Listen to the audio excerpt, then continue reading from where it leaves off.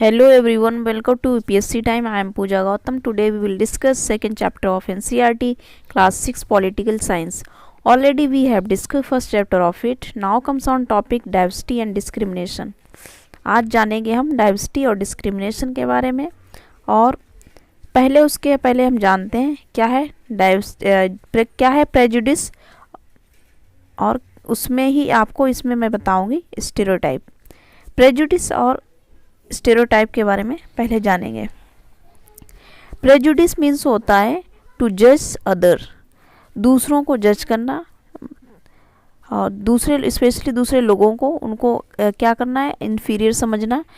People negatively और consider them inferior on the basis of language, religion, skin colour और उनके Claus, geographic condition, Claus. किसी भी person को या किसी भी मतलब लोगों को जज करना उनके रिलीजन के बेसिस पे, स्किन के बेसिस पे, उनकी लैंग्वेज हो गई, उनके जो भी जोग्राफिक कंडीशंस हो गई, क्लॉस की वजह से उनको जज कर लेना। कैसा? इन्फीरियर जज कर लेना, अपने से कम जज कर लेना। This is the prejudice. ये रही बात प्रेजुडिस की। अब बात करते हैं स्टेरियोटाइप। स्टेरियोटाइप क्या होता है? स्टेरियोटाइप में जब कभी when we fix people into one image we create a stereotype.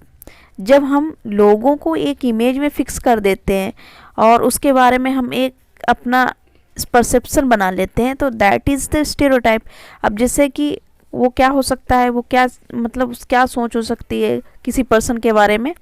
कोई भी, जैसे कि कोई कंट्री है, कोई रिलीजन है, कोई सेक्स, रेस और ये इकोनॉमिक बैकग्राउंड हो गया, तो क्या है उस पे बेसिस पे हम डिसाइड कर दें कि ये लोग स्टिंगी होते हैं, लेजी होते हैं, क्रिमिनल होते हैं, डम होते हैं। किसी की कंट्री को लेके बोलें या फिर किसी रिलीजन को या फिर इकोनॉमिक बैकग्राउंड्स के बेसिस पे हम जज कर दें लोगों को कि हाँ ये लोग तो डिस्टिंगी होते हैं और लेजी होते हैं, डम होते हैं, क्रिमिनल्स होते हैं। जबकि ऐसा नहीं है। रही बात स्टिंगी और जनरस लोगों की बात, वो हर जगह मिलेंगे और किसी भी कंट्री में मिल सकते हैं, हर कंट्री में मिलेंगे दोनों, स्टिंगी और जनरस लोग। हर रिलीजन में मिल सकते हैं, एवरी ग्रुप में हो सकते हैं वो, चाहे वो रिच हो, चाहे पुअर हो, चाहे मेल हो, चाहे फीमेल हो, दोनों मतलब मिल सकते हैं। पर किसी के जो रिलीजन हो गया, उनके इकोनॉमिक बैकग्राउंड के बेसिस पे कोई इमेज हम फिक्स कर दें लोगों की, तो दैट इज़ नॉट फेयर। तो और वही इमेज जो हम फिक्स कर देते हैं, तो इसको क्या कहते हैं? स्टेरियोटाइप्स। और जबकि प्रेजुडिस में क्या है, नेगेटिवली हम लोगों को अपने से कम समझ लेते हैं, वो प्रेजुडिस होता है। जो स्टेरियोटाइप हुआ और प्रेजुडिस हुआ, ये स्टेरियोटाइप को हम एक एग्जाम्पल के थ्रू समझते हैं। जिससे बॉयज़ और मेन के लिए क्या होता है कि लोग एक क्वालिटी की तरह मानते हैं कि लड़के नहीं रोते हैं, दे डोंट क्राई। अभी जैसे कि कोई बेबी बॉय है, वो गिर जाता है, उसको चोट लगती है, तो उसके फैमिली मेम्बर बोलेंगे या उसके पेरेंट्स ही बोलेंगे कि don't cry, you are boy, boys are brave, they don't cry. Crying मतलब रोना एक क्या है कि एक साइन बना देंगे वीकनेस का, कि अगर लड़के रोए तो वीक हैं और वो कमज़ोर हैं। तो ये सारी चीज़ें क्या स्टेरियोटाइप में आती हैं। तो जो क्या है, जो स्टेरियोटाइप हो गया या प्रेजुडिस हो गए, तो ये समाज में क्या करते हैं, डिस्क्रिमिनेशन करते हैं, साथ में इनइक्वालिटी बना देते हैं। मतलब सोसाइटी में क्रिएट कर देते हैं डिस्क्रिमिनेशन और इनइक्वालिटी। अभी ये रीज़न है इसके। कुछ जैसे इकोनॉमिक बैकग्राउंड की बात करें, तो इकोनॉमिक बैकग्राउंड पर भी डिस्क्रिमिनेशन होता है उनके बेसिस पे। जैसे कि डिस्क्रिमिनेशन की बात करें, जैसे कुछ लोग हैं कि अपने लिवलीहुड के लिए अपना जो भी अपना काम करते हैं लिवलीहुड के लिए, तो कुछ लिवलीहुड में जो काम आएंगे उनको लोग कुछ कामों को बहुत ज़्यादा वैल्यू देंगे और कुछ कामों को लेस वैल्यू देंगे। अभी जैसे कारपेंट्री हो गया, टीचिंग हो गया, पोइट्री हो गया, ये फिशिंग, फार्मिंग वगैरह हैं। और कुछ काम हो गए जैसे क्लीनिंग और वॉशिंग हो गया, कटिंग हेयर, पिकिंग गार्बेज, और ये सारे टास्क जो हैं इनको कम वैल्यू में रखते हैं, लेस वैल्यू होती है देते हैं। तो ये सारे क्या है, डिस्क्रिमिनेशन के फॉर्म हैं। डिस्क्रिमिनेशन के एक डिस्क्रिमिनेशन का फॉर्म कौन सा है? कास्ट जो सिस्टम है, इसमें भी डिस्क्रिमिनेशन फेस करने को मिलता है। अनटचेबिलिटी जिसमें आती है। तो अंबेडकर जी ने, जो डॉक्टर अंबेडकर थे, इन्होंने इसके लिए काफ़ी लड़ाई लड़ी और साथ में कि जो कास्ट डिस्क्रिमिनेशन हो रहा है उसको एलिमिनेट किया जाए हमारे मतलब सोसाइटी से। ये जो है लोगों में क्या कहता है, इनइक्वालिटी लेके आता है। तो इसी वजह से ये सारी चीज़ें जो हैं क्या गलत हैं। और अनटचेबिलिटी जो है, अनटचेबिलिटी है, इसको लीगली अबॉलिश किया गया लॉ से। तो लोगों को क्या है, अभी क्या है कि उनके पास में चॉइस है, फ्री है वो अपना काम करने के लिए, जो उनका काम करने का मन हो वो कर सकते हैं।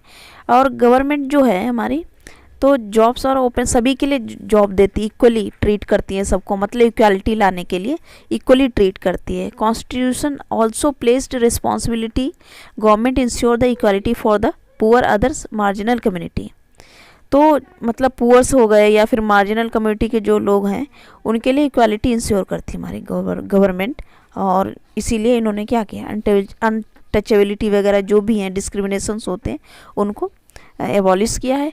आर्टिकल जो 15 है, आर्टिकल 15 है, इस पे बात करता है कि prohibition of discrimination on the basis of on the ground of religion, race, caste, sex या प्लेस ऑफ बर्थ, इनके बेसिस पे जो है जो डिस्क्रिमिनेशन होता है उनको मना किया गया है, प्रोहिबिट किया गया है, जो आर्टिकल 15 में आता है।